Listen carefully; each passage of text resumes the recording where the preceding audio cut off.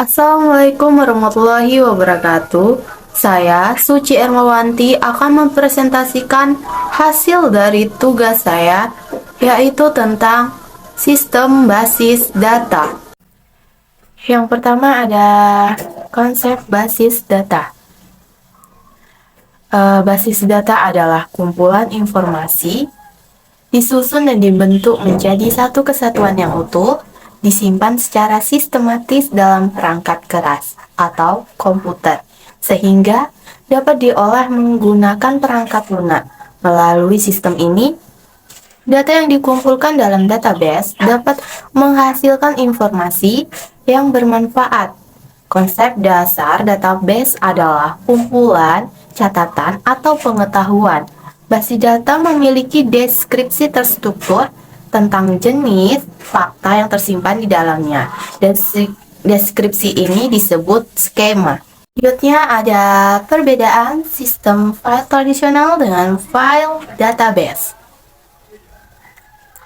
Sistem file tradisional, record-record yang disimpan dalam file dan disimpan dengan cara terpisah, di mana masing-masing file diperuntukkan hanya untuk satu program file saja.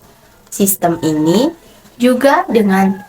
disebut juga dengan sistem pemrosesan file. Sistem basis data adalah suatu kumpulan file yang mempunyai keterkaitan antara satu file dengan file lainnya. Perbedaan sistem file tradisional dengan file basis data.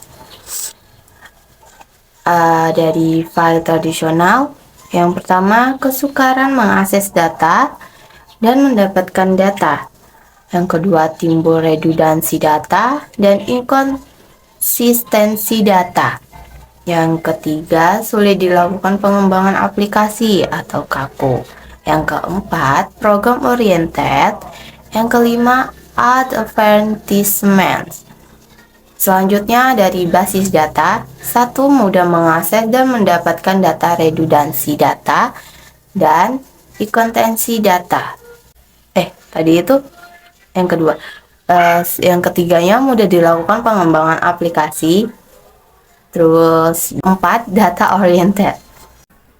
Selanjutnya ada keuntungan dan kerugian dari basis data. Keuntungannya, yang pertama, kerangkap dan inkonsistensi data dapat dikontrol sehingga tidak terdapat data rangkap. Yang kedua, terpeliharanya keselarasan data. Yang ketiga, dapat dipakai secara bersamaan. Yang keempat, memudahkan penerapan standarisasi. Yang kelima, memudahkan penerapan batas-batas pengaman. Keenam, terpeliharanya integritas data. Selanjutnya ada kerugiannya. Yang pertama, mahal dalam implementasinya. Yang kedua, rumit atau kompleks. Yang ketiga, kerusakan pada sistem basis data dapat mempengaruhi departemen yang terkait. Penggunaan basis data secara umum dapat dikelompokkan menjadi dua, yaitu database administrator, itu orang yang memiliki kewenangan untuk melakukan pengawasan baik data maupun program. Fungsi DBA adalah mendefinisikan pola struktur basis data. Selanjutnya mendefinisikan struktur penyimpanan dan metode akses. Setelah itu memodifikasi pola dan mengorganisasi fisik. 3, memberi kewenangan pada user untuk mengakses data.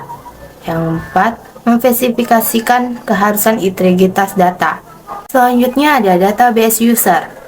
Ada 4 pemakai basis data, yaitu programmer aplikasi, itu merupakan pembuat program aplikasi. Yang kedua, casual user, pemakai yang sudah mahir berinteraksi dengan sistem tanpa menulis program, tapi menggunakan query. Yang ketiga, end user, pemakai yang belum mahir tinggal menjalankan aplikasi yang sudah dibuat oleh programmer aplikasi. Yang selanjutnya special user, pemakai khusus yang menuliskan aplikasi database tidak dalam kerangka pemrosesan data, namun untuk keperluan khusus seperti CAD, AI, ES, dan lainnya. Arsitektur basis data. Pertimbangan dalam memilih arsitektur sistem basis data. Yang pertama, keunggulan teknologi. 2, biaya pengembangan. 3, sesuai dengan kebutuhan pengguna. Yang B, jenis arsitektur sistem basis data. Yang pertama ada sistem tunggal, DBMS, di basis data dan aplikasi basis data ditempatkan pada komputer yang sama. 2, hanya bisa dipakai oleh satu pemakai pada saat yang bersamaan.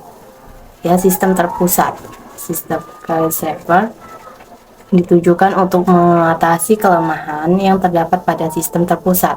Terdiri dari 2 komponen, yaitu client dan server. Data independen data merupakan konsep penting dalam dunia database yang menggambarkan kemampuan untuk mengubah struktur database tanpa mempengaruhi aplikasi yang mengakses atau menggunakan data tersebut. Konsep ini terutama dibagi menjadi 2 jenis. Yang pertama, independensi data logis, yang kedua, data fisik. Ada konsep DBMS. DBMS itu Database Management System, adalah perangkat lunak yang memberikan fasilitas untuk melakukan fungsi pengaturan, pengawasan, pengendalian, pengolahan, dan koordinasi terhadap semua proses yang terjadi pada sistem basis data. Komponen-komponen utama DBMS, Query Language, DML, DDL, Recovery, Data Theory, Database, dan Access Routine. Arsitektur DBMS multi-user. Di dalam bagian ini, kita lihat di arsitektur yang umum yang digunakan untuk implementasi manajemen sistem database multi-user, yakni teleprocess, file server, dan client server. Selanjutnya, model relasional. Ada terminologi. Model ini menjelaskan tentang hubungan logik antar data dalam basis data dengan cara memvisualisasikan ke dalam bentuk tabel 2 dimensi yang terdiri dari sejumlah baris dan kolom yang menunjukkan atribut-atribut. Istilah-istilah dalam model basis data relasional ada record, cardinality, atribut, domain, derajat derge, candidate key, primary key, alternate key, unary relation, binary relation, ternary relation. Selanjutnya ada keuntungan model relasional. Beberapa keuntungan model data relasional dibandingkan model data yang lain adalah: yang pertama, model data relasional memiliki kemudahan-kemudahan dalam penerapan dan kemampuannya dalam mengakomodasi berbagai kebutuhan pengolahan basis data yang ada di dunia nyata. Yang kedua, tabel merupakan bentuk natural atau alamiah dalam menyatakan fakta atau data yang sering digunakan. Yang ketiga, model data relasional dibuat berdasarkan pemahaman matematika, yaitu menggunakan teori. Kemudian ada kunci relasional dan aturan integritas. Dasar penentuan PK adalah bahwa nilai-nilai rinci data dari atribut yang digunakan sebagai PK harus unik. Tidak mungkin ada nilai rinci data yang sama pada semua rekor dalam basis data. Aturan-aturan lainnya yaitu integritas entity. Nilai atribut yang dipilih sebagai PK tidak boleh nol untuk setiap rekor yang ada dalam relasi. Yang kedua, aturan ini menjamin bahwa semua rekor yang ada dalam basis data akan dapat diakses karena semua rekor dapat diidentifikasi berdasarkan berdasarkan kunci yang unik. Kemudian ada integritas referensial.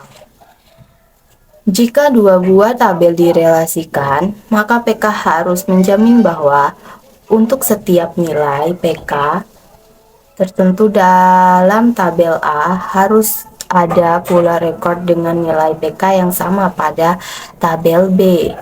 Kemudian ada bahasa relasional. Yang pertama bahasa query formal. Bahasa query yang diterjemahkan dengan menggunakan simbol-simbol matematis. Yang kedua ada bahasa query komersial.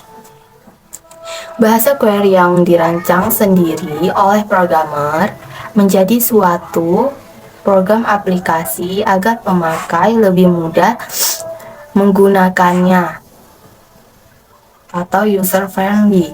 Bahasa formal terbagi dua, yaitu satu prosedural, dua non-prosedural. Bahasa query komersial, contohnya itu ada quell, QAAL, QBE, ada SQL. Yang terakhir, overview RDBMS atau DB2 dan Oracle. RDBMS adalah singkatan dari Relational Database Management System. Data RDBMS disimpan dalam objek database yang disebut tabel. Tabel adalah tempat penyimpanan utama pada setiap RDBMS dan pada dasarnya mereka adalah koleksi entry data terkait. Demikian hasil dari presentasi saya. Mohon maaf jika ada kesalahan kata atau yang lainnya. Wassalamualaikum warahmatullahi wabarakatuh.